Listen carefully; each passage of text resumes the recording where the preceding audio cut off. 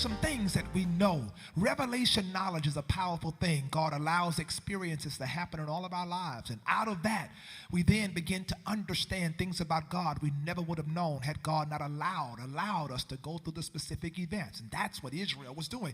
They were reflecting over their life and looking at all of the things that God had done. And now they come to a place of knowledge, of revelation. And they share in this psalm some amazing revelations about what they've come to know about God. Maybe if we can join in with the psalmist and understand what the psalmist knew, maybe many of us could have a little church today and find out what we've come to know about God too. Because regardless of your circumstance today, I don't care what you brought in here today, you need to know you really are blessed.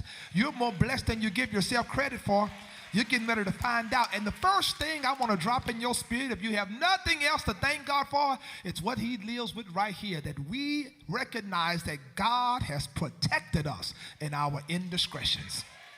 Watch this. Watch the faithfulness of God. Then we cried out. We cried out when we saw ourselves about to lose it, saw ourselves about to mess up. We cried out to God, the psalmist says, and then God showed up and delivered us. And the issue is, how did God do it? Well, God, the Bible says in verse 20 that God sent his word to heal them, deliver them out of their destructions. He sent his word to do it.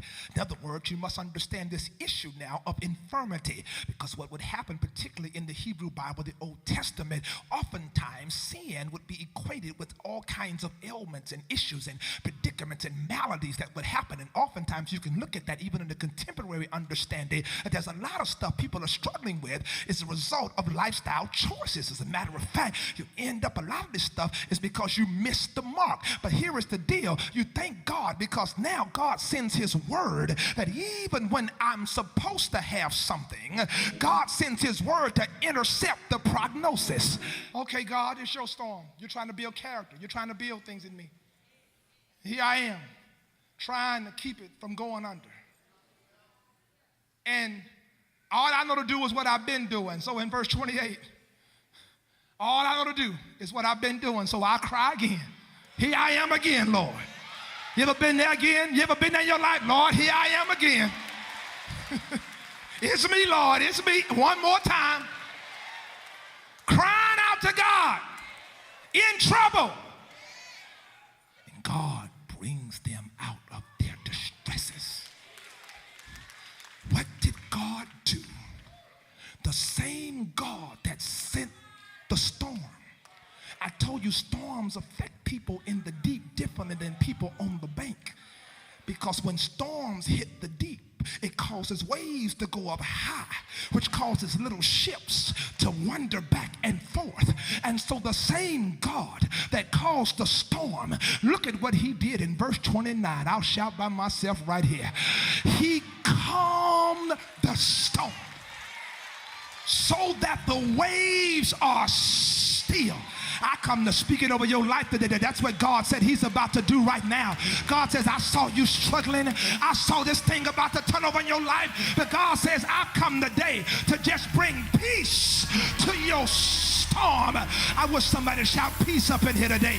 Somebody's been looking for calm in your situation for a long time. And God says, I'm about to do what nobody else could do in your life. Wait a minute. Watch this. Watch this. So, you go back and forth, back and forth, back and forth, back and forth. But if we were honest, this is what happens. We go back, forth, back, trying to keep it together, because that's where I'm supposed to go. I have a destination. There's a place I'm trying to get. There's a goal. But sometimes this thing gets a little rough. I don't want nobody. No, don't tell nobody now. Don't tell nobody this happens to me, okay? I'm just talking about me now, not you. Don't tell nobody. But this is where I'm trying to go. And every now and then, this thing pulled me over here. Now, I know I'm supposed to be there, but I'm trying, Lord. I'm not going to lie. And every now and then I find myself over here. I know I'm supposed to be way over there going that way, but sometimes this thing gets rough and I'm way over here. And I'm looking and saying, Lord, how did I get way over here when I'm supposed to be over there? Because waves have moved me over here. I got a good heart. I'm trying to do it right, God. Why am I over here? But God says, I got got you. Look at verse 30. He says, when the storm ceases, he said they are glad because God will guide them to their desired haven, that God's going to reel me back in and put me back on course. He's not going to let me backslide. He's not going to let me miss my destination. Whatever God promised me is still going to come to. To view this message in its entirety, please visit MountZionAnywhere.org.